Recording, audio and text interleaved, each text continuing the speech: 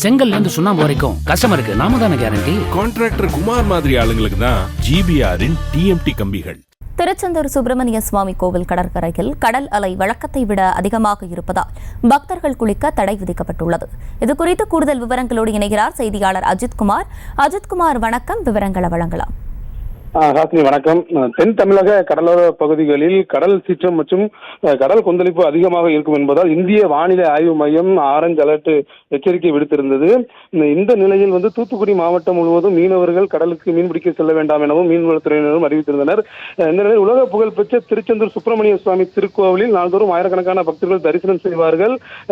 இந்த திருத்தலமானது கோவில் கடற்கரையில் அமைந்துள்ளதால் கோவிலுக்கு வரக்கூடிய பக்தர்கள் அனைவரும் கடலில் புனித நீராடிய பின்னரே கோவிலில் சுவாமி தரிசனம் செய்வது வழக்கம். இந்த நிலையில் இன்று கோடை விடுமுறை முன்னிட்டு தமிழகத்தின் பல்வேறு பகுதிகளில் இருந்தும் வந்த பக்தர்கள் கோவிலில் தரிசனம் செய்ய வந்திருந்தனர். அவர்கள் கடலில் புனித நீராடுவதற்கு காவல்துறையினர் தடை விதித்திருந்தனர். இந்த நிலையில் பக்தர்கள் கடலில் புனித நீராடுவதற்கு தடை விதித்தால் பக்தர்கள் மிகவும் ஏமாற்றம் அடைந்தனர். தொடர்ந்து காவல்துறையினர் ஒலிபெருக்கி மூலம் பக்தர்களை வெளியேற்றிக் கொண்டிருந்தனர்.